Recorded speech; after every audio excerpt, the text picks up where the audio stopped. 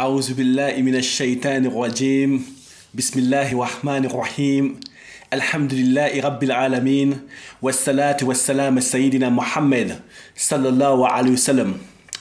Alors aujourd'hui, je voudrais discuter rapidement du débat qui a eu sur Oumoua.tv. Et en fait compte, ce débat discutait de la question pertinente, faut-il réformer l'islam? Donc nous avons eu dans ce débat notre frère Aoussat Noureddin et Omero Piera. Alhamdulillah, le débat était très intéressant. Il était très intéressant sur plusieurs points. Première chose, pour moi, ça a un peu clarifié la position, on va dire, du mouvement Al-Kawakibi,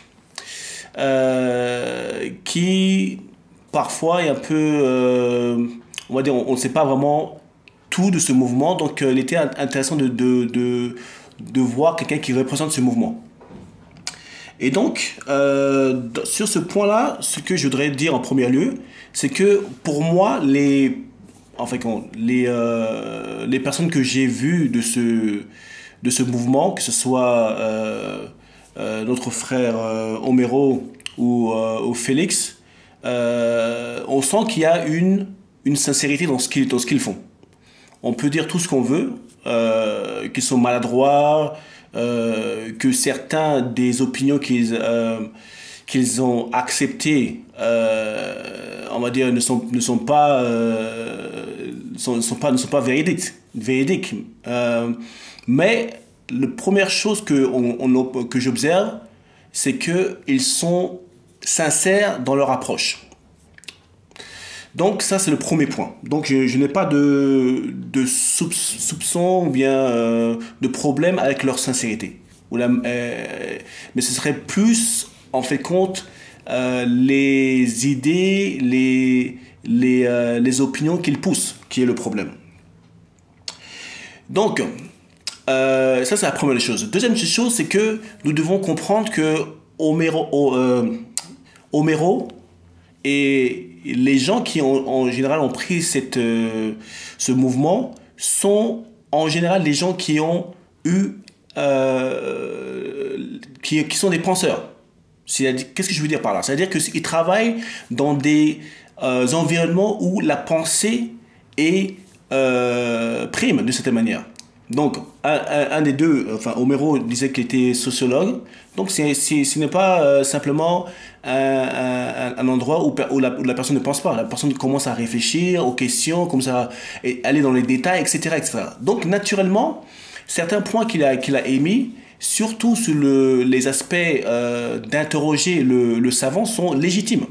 Il est tout à fait normal qu'une personne tiers puisse interroger, challenger, etc., le savant. Et c'est au savant, en fait, compte de pouvoir argumenter et de présenter l'opinion de la manière la plus facile pour cette personne de pouvoir le comprendre. Et donc, dans ce genre de réalité, si une autre personne arrive à convaincre cette personne, il est clair que, par exemple, dans ce cas-là, Omero suivra cette personne. Et pour lui, dans ce cas, il suit Tariq Obrou. Ok.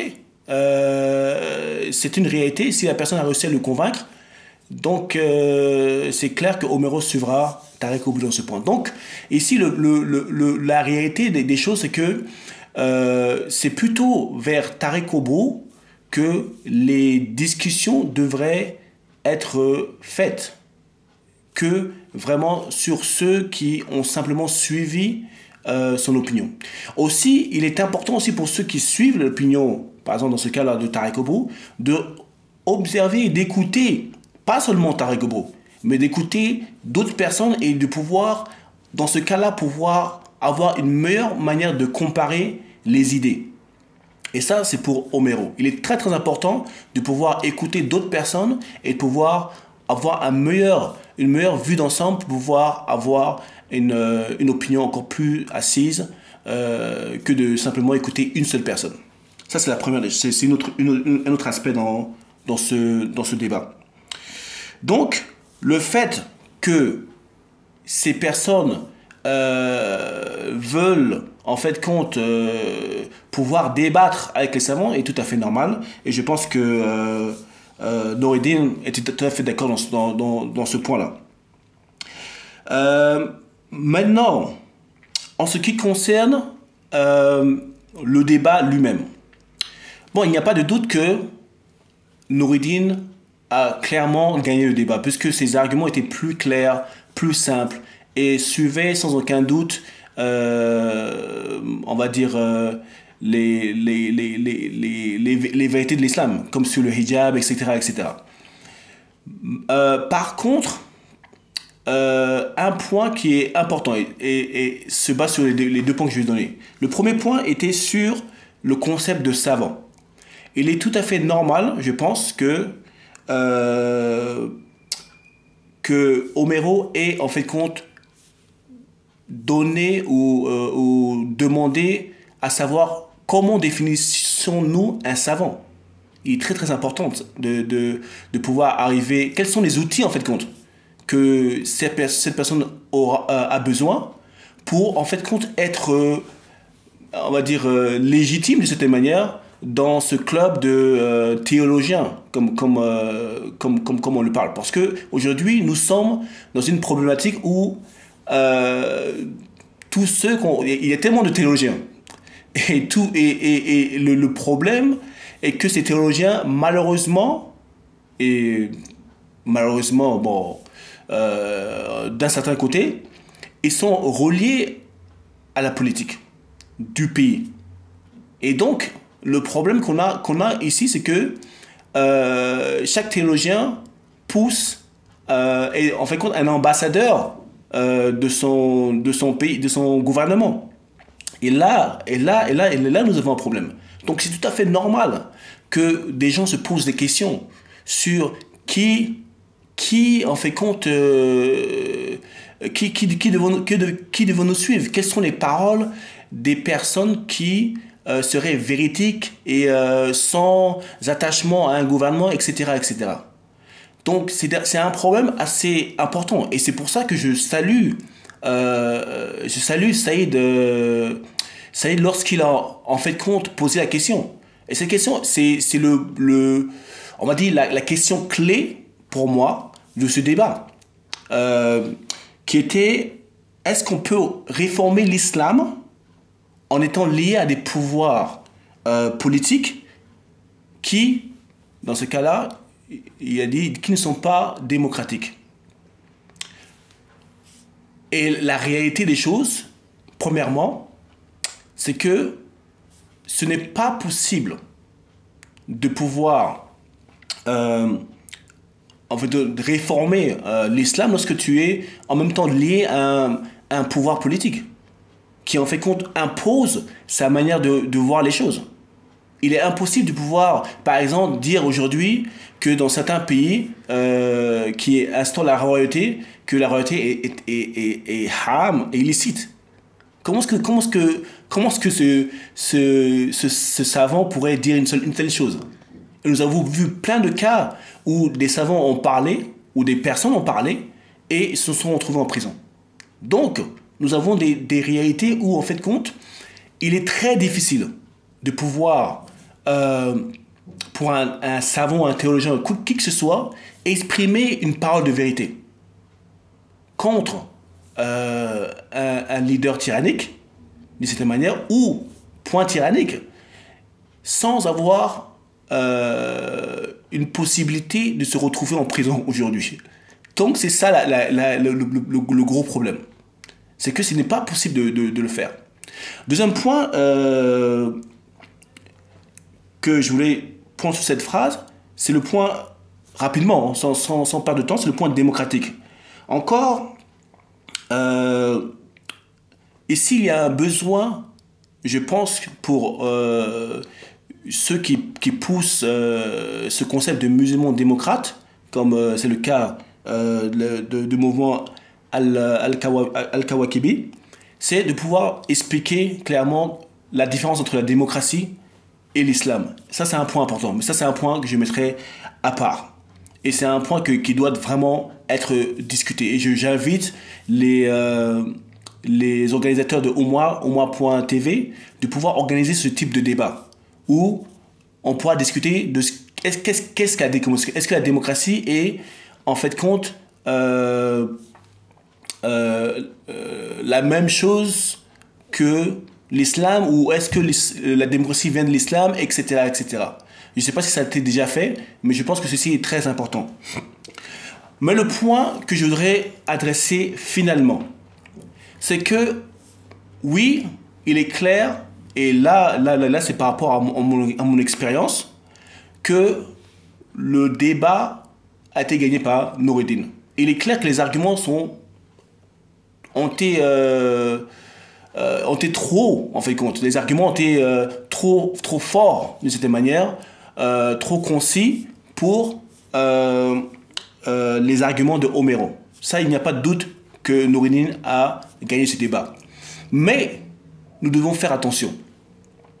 Et nous devons faire attention sur un point assez simple. Ce n'est pas le but, pour moi, de débattre pour simplement gagner des débats. Il est important de sortir de ce concept où on débat simplement pour débattre. Mais il est important que nous puissions rentrer dans un nouveau concept. Nous débattons pour arriver à un objectif. Comme nous voyons que le prophète sallallahu alayhi wa sallam, oui, il débattait, oui, il propageait son message. Mais en même temps, il essayait d'instaurer son message. Comme nous voyons au départ, nous voyons qu'il invite les leaders, les élites de sa tribu. Ensuite, nous voyons qu'il parle à certaines élites de Makkah. Toujours dans cette perspective d'instauration de son idée. Et non pas simplement pour débattre et gagner le débat. Nous savons très bien que que c'était Allah Azza wa Jalla qui lançait ces réponses. Et donc, naturellement, il gagnait le débat. Mais le problème était quoi? Était que, bon, pas vraiment le problème, mais le point était quoi? C'est que les débats n'étaient pas juste envoyés pour gagner le débat. Les débats étaient envoyés et en même temps, ils travaillaient pour que ces idées soient instaurées. Et ça fait une différence. Et on a vu qu'il a entrepris ça tout le long de son... tout le long de sa mission prophétique. Et ici, le problème que nous avons est que oui, on peut en débattre et on peut gagner ces débats. Mais tant que nous n'atteignons pas de cette manière, on va dire 3 objectifs. Tant que nous n'atteignons pas 3 objectifs de cette manière, il sera difficile en fait compte de instaurer ces idées. C'est-à-dire que le débat restera sur le point de débat. Premièrement, il est important de changer cette idée qui est simplement gagnée au cours d'un débat en une idée qui est acceptée par une majorité de la communauté musulmane. Très important qu'on puisse arriver à faire ceci. Très important aussi qu'on puisse arriver à faire que la majorité des leaders d'opinion puissent aussi accepter cette idée. Très important aussi de pouvoir atteindre cet objectif.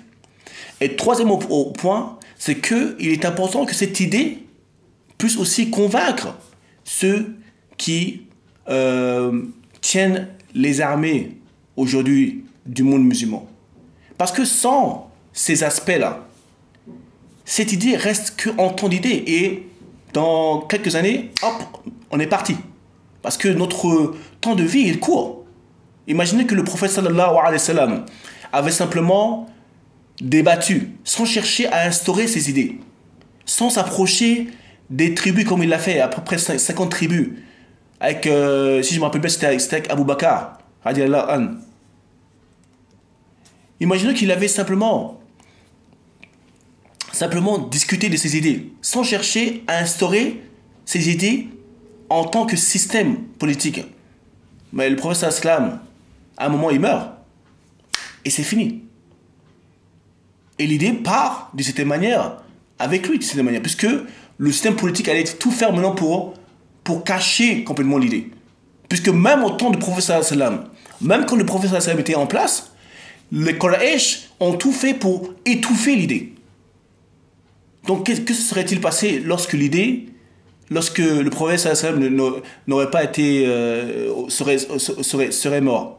Que serait-il passé? Donc, nous sommes dans une situation où nous devons sortir de simplement discuter des idées et commencer à prendre ces débats et ces manières de convaincre et les faire poursuivre en essayant d'obtenir une opinion publique, en essayant de convaincre ces leaders d'opinion et en essayant de convaincre l'armée. Et ici, je ne parle pas de la France.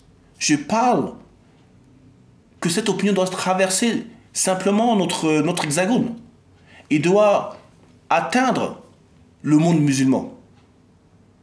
Parce que si ceci n'atteint pas le monde musulman, ces idées qui devraient être normalement instaurées par un système politique ne le seront jamais. Ce sera juste des idées qui restent entre nous, des idées qui restent dans les livres, mais ne sont pas des idées qui deviennent des opinions publiques. Ce ne sont pas des idées qui peuvent faire instaurer un système qui permettra à la Oumma de pouvoir avoir ces environnements de discussion. Mais ici, nous sommes dans une situation où nous sommes dans une situation où nous sommes sous, on va dire, des systèmes non islamiques de cette manière, et nous débattons de certaines idées. Ok, mais sans chercher à nous instaurer vraiment ces types d'idées. Et le moyen d'instaurer ce type d'idées, sans aucun doute, c'est à travers un système politique. Voilà pourquoi, malgré tous les efforts qu'on peut entreprendre simplement dans les débats, nous ne serons pas d'envergure contre un gouvernement qui envoie par exemple ses théologiens et qui est supporté par des millions et des millions de dollars quelque part. Nous ne pouvons pas faire un contrepoids contre ceci. Pourquoi? Parce que eux, ils sont établis avec un système politique. Eux, maintenant, ce qu'ils recherchent, c'est simplement, même dans le cas de ces conférences, avec Al-Kawakibi, c'est simplement de pouvoir trouver ou obtenir une opinion ou imposer des idées dans ce forum pour protéger leur système en place. C'est tout ce qu'ils cherchent à faire. Et nous restons dans ce concept de simplement débattre, sans chercher à instaurer l'idée. Et ceci n'est pas ce que le prophète sallallahu alayhi wa sallam a fait. Le prophète sallallahu alayhi wa sallam avait l'idée, mais il cherchait tout le temps à instaurer cette idée, à tout moment. Et dans cette recherche, certaines personnes venaient avec lui, c'est-à-dire se mettaient avec lui, etc. etc. Mais sa procédure était toujours d'essayer d'instaurer l'idée. Que ce soit au départ avec les élites de la Mecque, où il a débattu plusieurs fois, ou que ce soit ensuite lorsque à travers l'un des Sahaba, ils ont réussi à instaurer l'État islamique à Médine. Donc voilà, c'était vraiment rapidement sur ce débat, mes opinions sur ce débat, et Inch'Allah, à une prochaine fois. Assalamu alaikum wa rahmatullah ta'ala wa barakatuh.